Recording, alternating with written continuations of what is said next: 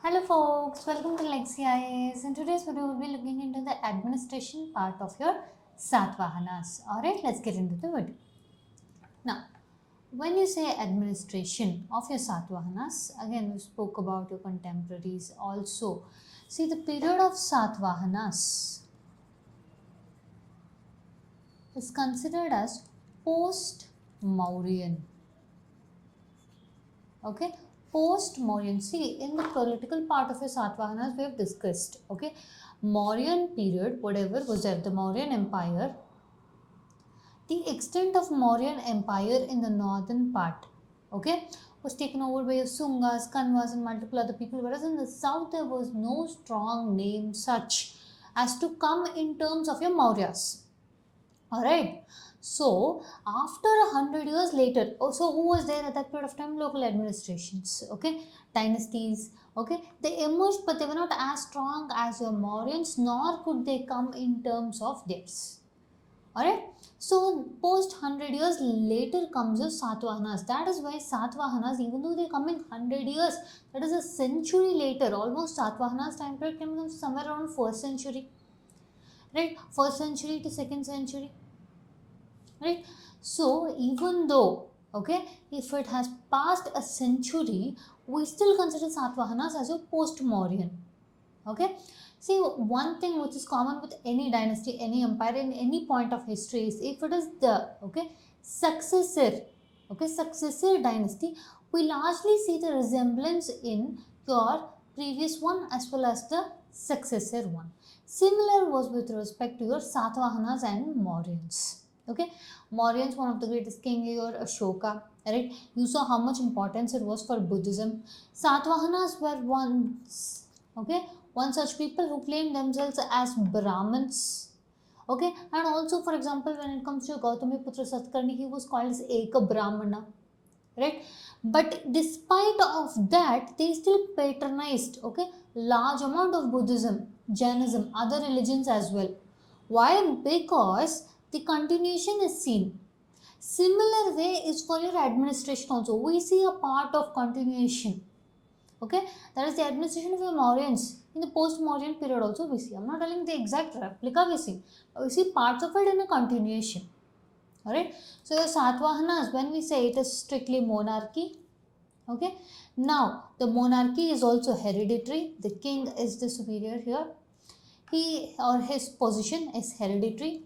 He is assisted by a council of ministers whose position also, okay, I'm not telling every council of ministers position was hereditary, but they were of high rise, rank and position and also hereditary in nature. Followed by them is your officials, alright, followed by them, okay, is further the governors, okay, further then, right, your guilds or shrenis, and then further ahead your village headmen.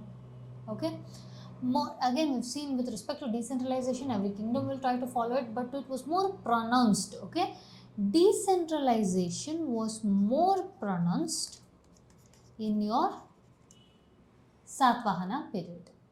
Alright, look at this. The king was the guardian of the social order. At this point of time, the society of your Satvahana social order was Varnashrama. Okay, they were upholders of Varnashrama. That is, what is the 4 Varnas? Brahmin, Kshatriya, Vaishya, Shudra. Alright, they were upholders of Varnashrama and they belong to the Brahmin sect of your Varnashrama. Okay, now look at this. The king struck coins in their names. This is one, pretty much it is a normal thing, nothing new about it. But with respect to Satavahanas, it is one special thing you have to remember. The king struck coins with their pictures on it. Also, for example, one such instance is seen as your Nahapana.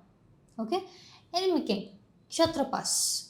Okay, when they defeated or when Gautami Putra Satakarni defeated Nahapana, whatever coin was minted by Nahapana which had his image, Gautami Putra Satakarni restruck the coin with Satakarni's image on it.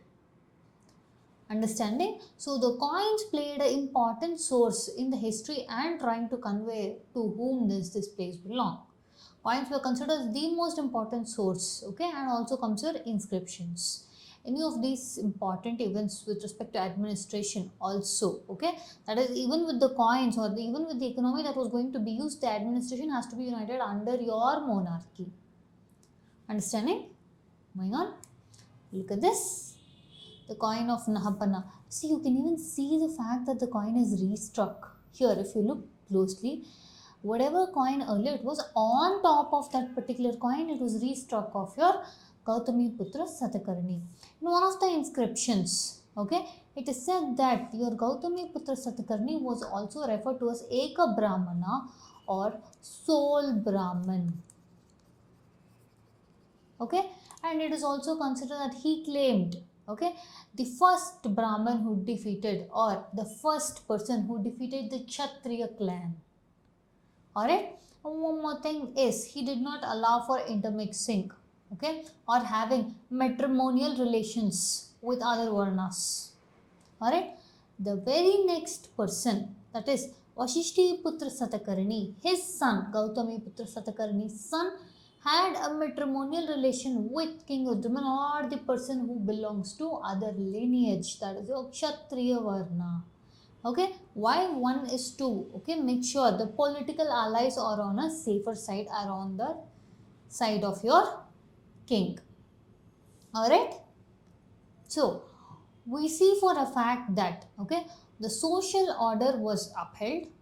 How was the social order upheld? They were strictly adhering to the Varnashrama, which means they did a huge number of Vedic rituals, sacrifices, Ashwamedha Yagya, etc.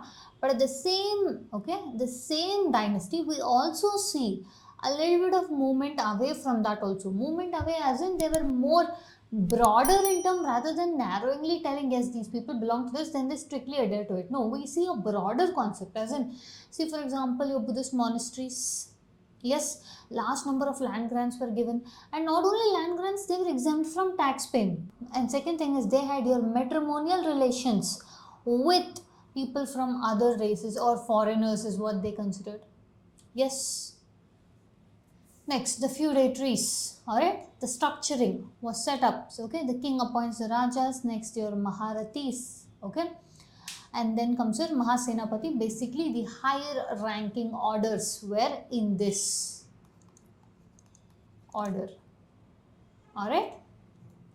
Next, look at this. Satavahanas constantly tried to increase their political will. Okay. Now see, initially now if you have to first put in a place somewhere around your Maharashtra, then comes Andhra Pradesh, Telangana, right? They try to pursue more towards the northern side as well as your southern side. Okay. Now, if you look at the state, okay, the state was divided into something called as Aharas. It was looked after by someone called as your Amatya or Council of Ministers. Alright, so in this particular division, he was the head of the place. Whereas when it comes to your cities, it is maintained. Okay, again you had governors in this place, but they were aided by your guilds or shrenis. Why? Because here the activity or economic generation is different, right? When it comes to village, it was held up by Gramika. Okay. Now, what was the language of your Satavahanas? See now, if you look at the language, they pretty much used Prakrit. Similar to the, remember I told you there are certain continuances with the dynasty and successing dynasty. Mauryan Empire used Prakrit largely rather than Sanskrit. Similar thing was carried forward by your Satavahanas also. They largely used Prakrit. Okay, but at the same point of time, they also used Sanskrit. Understanding? Wide usage was Prakrit, but Sanskrit was also used, and Sanskrit was also used in official inscriptions also. That is very important from a prelims perspective. Okay, what was their, okay, language was Prakrit. The script, okay, the script was Brahmi script. Understanding? Now coins, we have discussed as to how important coins was with respect to Satavahanas. They issued coins with lead, copper, gold and silver. Alright. They minted coins in the portraits of the rulers. We've seen with respect to Gautami Putra Satakarni and Vashishti Putra Satakarni. Alright. Next, the inscriptions are important because again the language of the inscriptions will dictate as to what was the most common language that was used. Okay, this is the inscription of the Nashik cave. Okay, I don't know how much if you're able to make out, but this is the inscription in your Nashik cave. Okay, and this is during your, okay, so one more thing, when I said your caves, right, architecture, inscriptions on walls, coins, these were pretty much important part of your administration during your Satavahanas. Okay, this was during a period of Satakarani 1. Alright, next, how was the army organized during your Satavahanas? Okay, it was pretty much well organized. That is your Ahara looked after, okay, by your Amatyas. The further Aharas were divided into something called as provinces, which were further looked after by your governors, who were nothing but your Senapatis. In the rural areas, okay, they had a rural village regiment on understanding.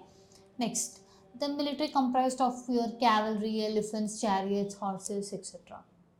Right, so pretty much established army setup. Station part, they pretty much had infused the elements of Mauryan as well as their own elements in the Satvahana period. So putting them under the tag of post-Mauryan Empire. Alright, further down the lane, the post-Mauryan Empire, we call it Satvahana, but Satvahana further gets disintegrated into further more kingdoms. Alright, that's it for the content on the administration part of your Satavahanas. Now, if you do like our content, subscribe to our channel, hit the like button and share it along with your friends. Thank you.